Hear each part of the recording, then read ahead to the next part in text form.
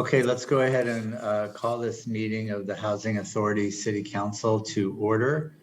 Madam Clerk, if you'd like to call the roll to establish a quorum. Thank you. Mayor Pro Tem Ashby. Here. Councilmember Laloe is expected momentarily. Councilmember Harris. Here. Councilmember Valenzuela. Here. Vice Mayor Chenier. Here. Councilmember Guerra. Here. Councilmember Jennings. Here. Councilmember Vang. Here. And Mayor Steinberg is expected momentarily. Okay, why don't we go ahead and do the pledge? And Ms. McGonigal, would you like to lead us in the pledge, please?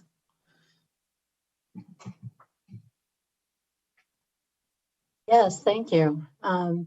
I pledge allegiance to the flag of the United States of America, one nation under God, indivisible. I'm sorry. I can't believe I just forgot the pledge of allegiance. Let's start again. I pledge Allegiance to the flag of the United States of America and to the republic for which it stands, one nation under God, indivisible, with liberty liberty and justice for all. Thank you. Okay, thank you. Let's go ahead and move to the consent calendar. Let me ask if there are, first of all, are there any public comments from the public on that? I have no hands raised to make public comment on the consent calendar. Okay, and any comments by members of the council, Housing Authority? Okay, I do have one comment very quickly that I'd like to provide some direction along with item 1. It seems to me that there's been a fair amount of turnover for lots of different reasons and some adjustments in workload with no new programs coming in. So what I'd like to do is provide direction along with item 1 for SHRA to come back with a report on capacity and hiring, kind of where you are on all that, since there have been some shifts, just so we could get a good handle on that. Happy to provide more specific direction if that's necessary. And hopefully that could come back within a month to 6 weeks. Okay. And are you looking for throughout the entire agency or only for the positions that are indicated under the staff report number 1? I think for the entire agency, just so we can get a handle on it. We have a lot going on in the city, and I know we've asked the agency to pick up a lot of slack on some things. So I think this would be an appropriate time to take a look at that. Can I ask a question, Vice Mayor? Sure. Ms. Dozier, are you there? Yes, I am. Does that jam you up at all? No, I think we can put together a report that indicates, how many positions we have, how many are filled, how many we're recruiting for. I think we, like many agencies right now, are going through a lot of tough times in terms of hiring staff.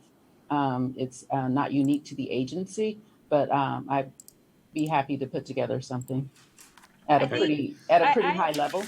I think I appreciate what I hear the Vice Mayor saying, but we didn't demand the same thing of our own city staff, which is also going through the same type of challenges or we hope post COVID, or whatever stage of COVID we're in now. And I guess from my vantage point, I'd rather approve the item and still ask her to come back, Vice Mayor, with whatever information sheet you would like her to put together, and we could always modify later, but I don't want to jam her up on being able to move forward what she needs to do. Well, I don't think the item is dependent on the report. It's just direction alongside of it. So, okay. Second the motion. So I made that motion. We'll get a second. Pro Tem, if you want to ask the question later of council, I think it's the same issue. I do worry about staff capacity in the larger picture, and where they are in hiring, and those challenges I think are important for us to know as we take on new initiatives. So let me make sure I understand what you're saying, Vice Mayor, because right now I'm not going to vote for your motion because I think it puts Ms. Dozier in a difficult spot. Unless what you're saying to me is you're not changing the motion at all. You're just asking her to come back at some point in the future when she can with some kind of report about capacity. If that's what you're saying, fine. But if you're making the report a condition of your motion, No, I'm not making the report a condition. I'm providing direction alongside, okay, just the- asking her to come back at some point and give you capacity. but not at some point within 4 to 6 weeks. And if that's not working and she needs more time, she could certainly talk to the mayor, who's ever running the meetings at that point. Jay, I mean, I asked if 4 to 6 weeks was reasonable, and she said she thinks she can do that. Ms. Dozier, if you think you need more time, that's fine. You have a lot on your plate, which is the whole point of the question. Yes, I can provide it in 4 to 6 weeks. Okay. Jay, clarification. Is your motion just for item 1 or for the balance of the consent calendar as well? Well, I'm happy to move the balance of the consent calendar as well. With the direction, I'll second. Yeah. Okay. Okay. Let's go ahead and call the roll, Madam Clerk. So that was a motion by Vice Mayor Chenier, second by Councilmember Harris. Mayor Pro Tem Ashby, Yes. Councilmember Laloe,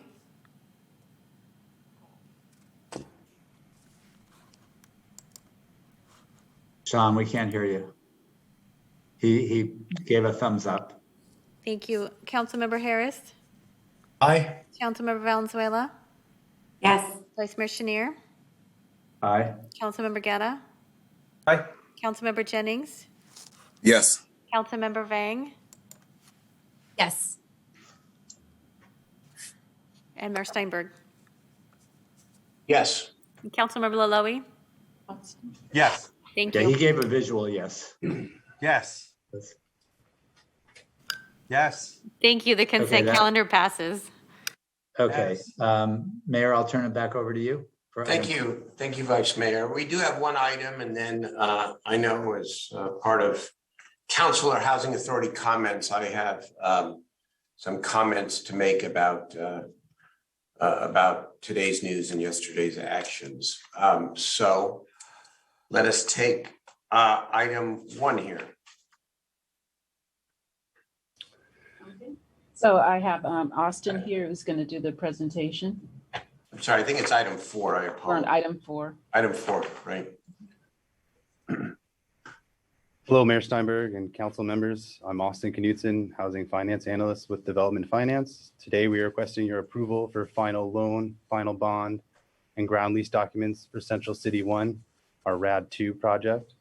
Since our last presentation on Central City, TCAC allocated 4% federal tax credits and CIDLAC awarded bonds to the project in August.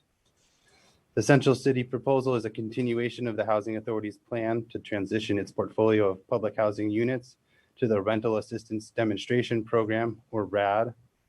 RAD was created by the Department of Housing and Urban Development to allow housing agencies to use public and private debt and equity to reinvest in the public housing stock. In RAD, the units move to a voucher-style program that keeps the units affordable in a long-term contract. The Central City proposal is to rehabilitate 2 existing buildings on separate sites. Capitol Terrace, which is a mid-rise, age-restricted building with 84 one-bedroom units at 1820 Capitol Avenue, and Edgewater at 626 I Street, which consists of 108 one-bedroom units and is also senior restricted. The Edgewater site is a mixed-use high-rise project that has rentable office space on the first 3 floors owned by SHRA. The projects were both built in the early 1970s as traditional public housing projects. This proposal is considered one overall project. The scope of work for Capitol Terrace is significant and includes interior improvements of the units such as new kitchens and bathrooms. Other improvements to the building will include new flooring, repair or replacement of mechanical systems, installation of rooftop thermal solar, replacing windows and exterior finishes, ADA upgrades, weatherproofing, and site work, The scope of work for Edgewater is not as extensive due to a more recent remodel, but includes new flooring and new air conditioning units, as well as a new security surveillance camera system. Sharp has procured professional relocation services to ensure that residents' needs are met during the time of construction. We are keenly aware of the vulnerability of this population, and all efforts to minimize disruption will be made. Residents will be temporarily relocated for approximately 3 weeks. In closing, staff recommends approval of the final bond docs, the final loan docs, and the final ground lease, as this transaction allows for the rehabilitation and preservation of affordable units, fulfilling SHRA's mission of providing a range of affordable housing opportunities. Thank you. Mayor, as the council member for the district, Yes, where these please. projects are added, love to move the item forward. Thank you, Go ahead, Secretary Ad. of Staff, for their works. I just would like to make sure, is there public testimony on the item before we? Mayor, I show no hands raised to make comments on this item. Okay, Councilmember Valenzuela. Yes, I just wanted to move the items. Thank you for your work on this, SHRA. Happy to see these projects moving forward. I'll second.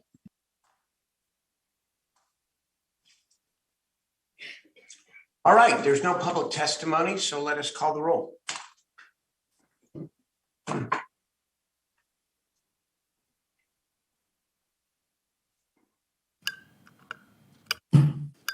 Mayor Pro Tem Ashby, Yes. Councilmember Laloe,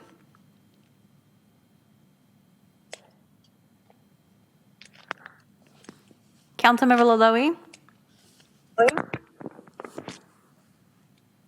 He's a yes. There may be a technology thank you. issue here. Councilmember Harris, Aye. Councilmember Valenzuela, Yes. Vice Mayor Chenier, Aye. Councilmember Guerra, Aye. Councilmember Jennings, Yes. Councilmember Vang, Yes. and Mayor Steinberg. Yes. All right, that passes. Thank you very much. I believe that concludes the formal agenda. I would like to now go to council members' ideas and questions. I'm going to kick us off here today. The issue I'm about to speak about does not have anything directly to do with the housing authority per se, but it has to do with housing, certainly, housing and shelter, and our work together as a city and as a housing authority to try to address the very difficult situation of homelessness and unsheltered homelessness. Today, it was reported that 160 vehicles were cleared from Commerce Circle over the past days. 18 apparently were towed on Monday. As I sit here today, I know and I don't believe we have any information on who resided in these 18 vehicles and where the people who were residing within them are.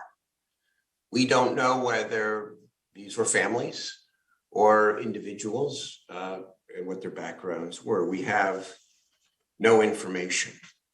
We have no information where the remaining 140 plus vehicles moved to in our city, in or around other overstressed commercial corridors or in any of our overstressed neighborhoods. We just don't know.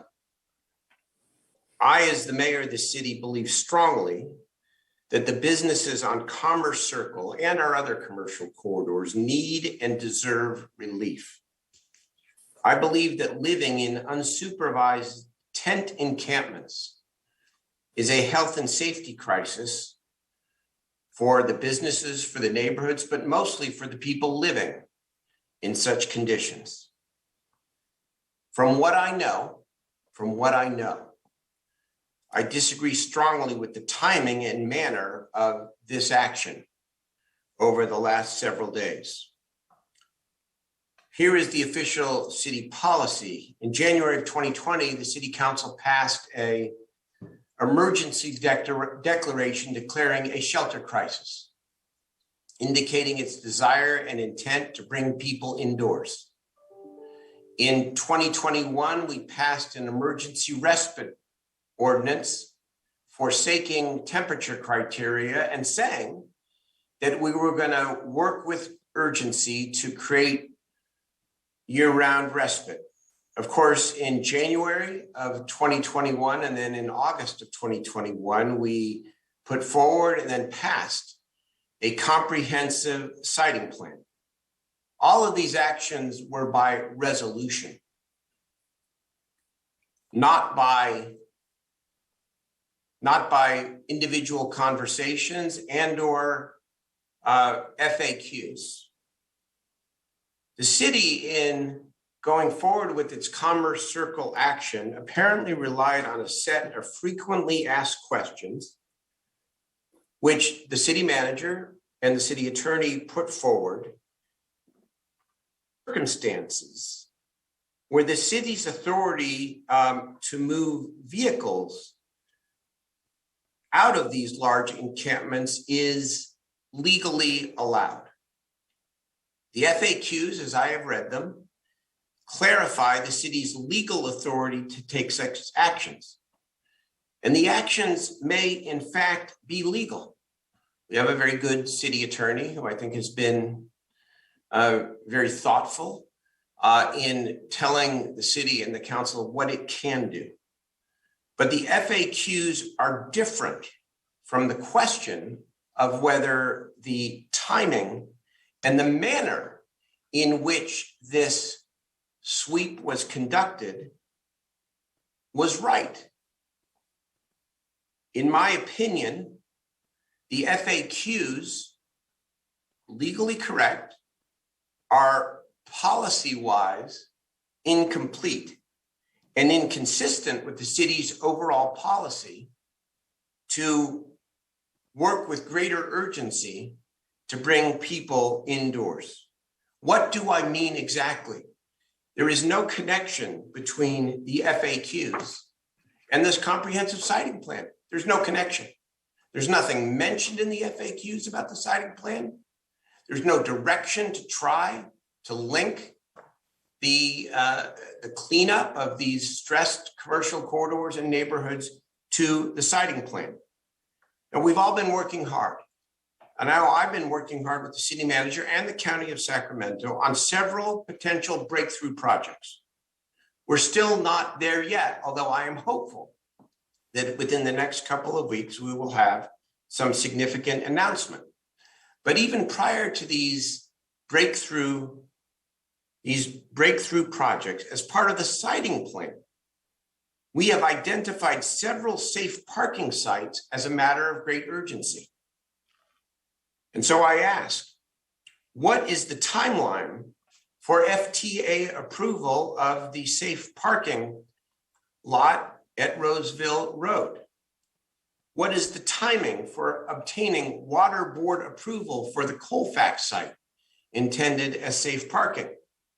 What is the timeline for the Lemon Hill safe parking site brought forward by Council Member Guerra? I think we are very fortunate to have the leadership of Bridget Dean.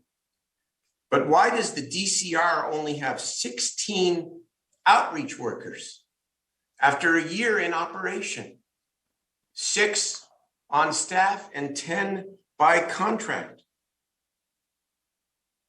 How do we formalize a more comprehensive outreach strategy between the city and the county, maximizing the teams and the resources we each have? I want to be clear so that my words are not taken out of context. I do not expect perfection.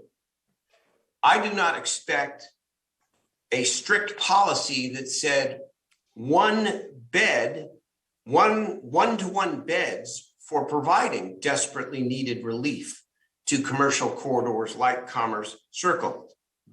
But what I do expect, and I think the city expects, the community expects, is a transparent, articulated public plan that describes the level of outreach and whether any alternatives, whether housing and living in their vehicles were offered to the people towed.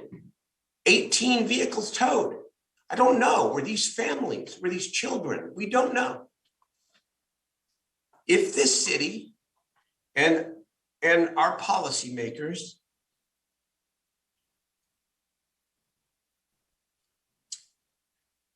excuse me just a second,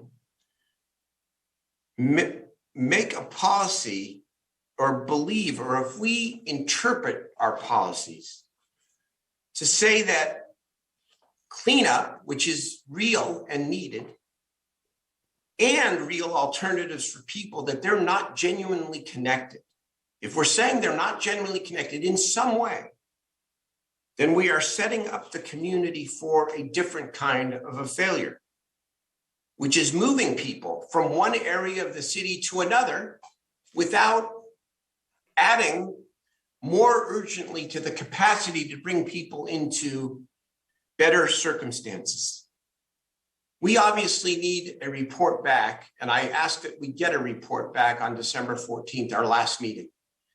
I know that the city manager is planning this anyway in response to some of the questions from colleagues about the status of the comprehensive siting plan. And I think next week would be appropriate, but I want to go one step farther because I think we need to call this question. And if I'm in the minority, then so be it. I believe in democracy and the will of the majority. But specifically, I will bring before the council a proposed revision in resolution form to these FAQs that do not require perfection. I will not overwrite it, but require a connection between relief for these commercial corridors and some form of implementation of our siting plan and or other sites that my colleagues or the city team or the community bring forward. You know, 3 weeks ago, we had a very long discussion and I thought it was a positive discussion. I got a lot of positive feedback from my colleagues about my right to housing idea connected with an obligation to take housing. Well, that positive feedback from most members, I think, recognized the important link between clean and safe and actually providing more alternatives and capacity for people. And I think we need to act with a greater level of urgency when it comes to implementation of the siting plan. And I know what the obstacles are. I know some sites we don't have control, but where we do have control, we need to move faster. And we need to at least be transparent and articulate better communication about what the timelines are for some of these sites. The RT one is a perfect example. That's not our authority. That's RT. But I don't know, as the guy that follows this, the mayor of the city, when the FTA might approve that. Because if that were in place, and if Colfax were in place, we would have at least an RV and car alternative for those 18 vehicles. That's what I wanted to say. I look forward to a further discussion next week. And I invite my colleagues. I know we're not voting on anything today, but I think it is appropriate for anyone to put forward your thoughts on these questions. Who is up? I'm sorry. I see Jay, Jeff, Katie, were you up? I don't know. So Jay, Vice Mayor Chenier. And, yeah, mine is a separate okay. item, so I will gladly. Councilmember Harris. Mayor, I appreciate all the things that you just said, and I share many of your concerns. However, we do disagree on a couple of points. First, I'd like to point out that I asked for at council several weeks ago, and it is on the log currently, for a discussion about enforcement and what kind of policy we might enact as a council to come to some consensus about when enforcement is called for and what can and can't be done. that came after the FAQs were released. Of course, we all got to see them. They've been published. They were not objected to, I think, by any member of council. You know, I think that a discussion and a policy direction around coordinated enforcement is long overdue, and I totally support that discussion. And, you know, from my point of view, there is a real balance to be struck between the safety of the unhoused constituents and the safety of the housed constituents. And this action was my attempt, certainly, to strike that balance, because what was happening on Commerce Circle had such deleterious effects to many people. So I agree. not to get into a big debate here, but I agree with you completely that we should have a balanced and coordinated approach with council policy direction about when to apply it and when not, and that this should come to a vote, that we should debate this topic and let every council member let their preferences be known and their justifications for them. And I look forward to this discussion because I've already called for it. Thank you, Jeff. Thank you. Anybody else want to? Yeah. Yes, Councilmember Valenzuela. Yeah, I will say, for the record, when the FAQ did come out, it was coupled with a question. And the question was, when would enforcement be appropriate under these facts as we know them? And I did object to moving people when it wasn't necessary. It's one thing if someone's vehicle is blocking a fire hydrant or blocking emergency vehicles or blocking a driveway or right of way. That's obviously a separate set of issues, but just moving people when they can't move after 72 hours, especially when they have an inoperable vehicle, which means they're losing their shelter right at the time when we're starting freezing rain and people could die on the streets without that shelter. That is not something that I think, I know I did not consent to, and I hope none of my colleagues did as well. I do want to say that I think for me, this all centers on the right to housing proposals. The mayor framed it. Part of what you're saying today, Mayor, and what I agree with is that we should have a clear set of expectations as to what needs to be available to people before we say we're going to move you outside of the urgent criminal instances where people need to be moved for different reasons, right? So I really support this coming back and this discussion being explicit, and especially support your request for more resources for DCR, because I know just in my district, I probably call Bridget 5-10 times a week with different issues that I need her help with. And it's just unconscionable to me that we're trying to do this with just 16 people on staff. It's just not appropriate. They need more people, but more than that, they need places for people to go. You'll remember at the last conversation when we started Right to Housing, I asked her how much space is available. Are there 10,000 spaces? Is there 1,000 spaces? Is there 100 spaces? And really what we're hearing is we're lucky if there's 10 spaces available on any given night, much less the level of space for the level of need we have. And so I just want to reiterate that I agree with the way you framed this, that none of us disagree that what's happening on the streets, the situation at Commerce Circle and other places like it is unconscionable. But moving people when we don't have a place for them to go only moves them somewhere else. And that's just passing the buck down the line, wasting resources in the process, hurting people in the process, and really not addressing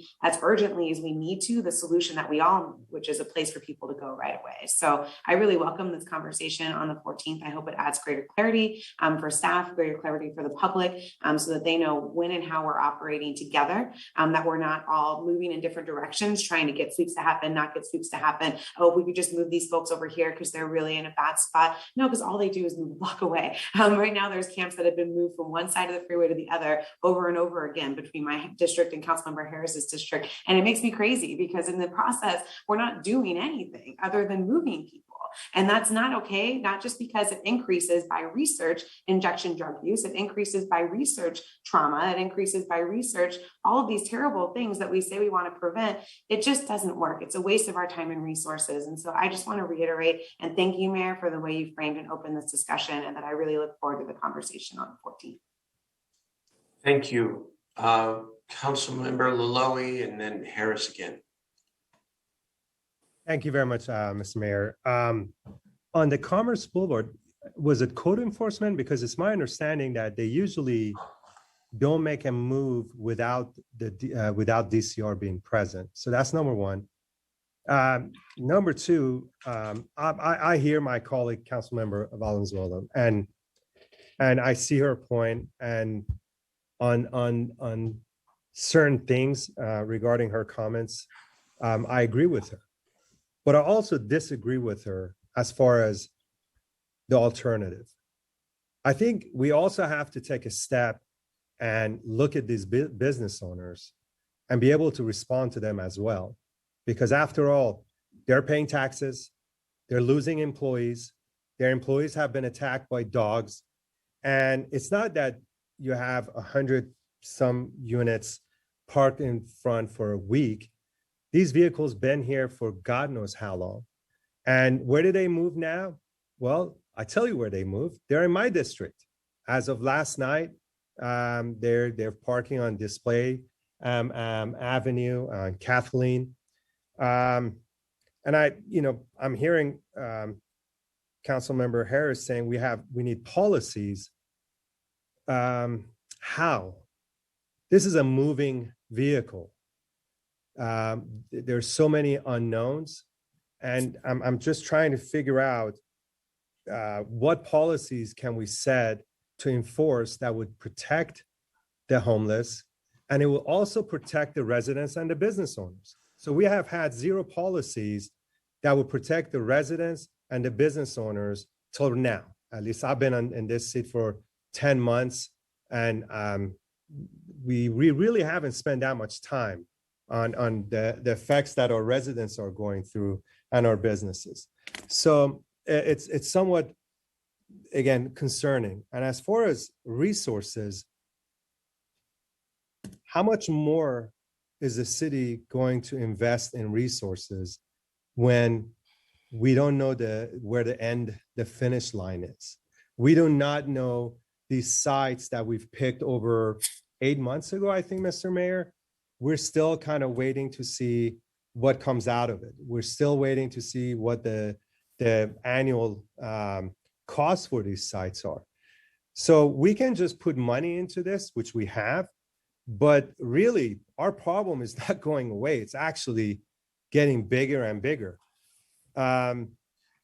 So that's all I have to say on this. And, talking to Elk Grove and Folsom, a few council members over there, I think Elk Grove did a count of their unsheltered population, and they have 90. Folsom did a count, they have 80. I don't know what their policies are, or do they have housing immediately available that was able to house people? But this is not something that we just need money and we can fix the problem. Thank you. I'm going to save my response till next week or in between.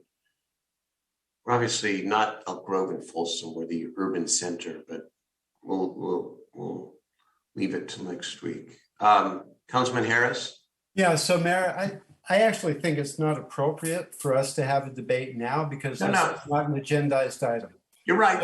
So some council members have expressed their views.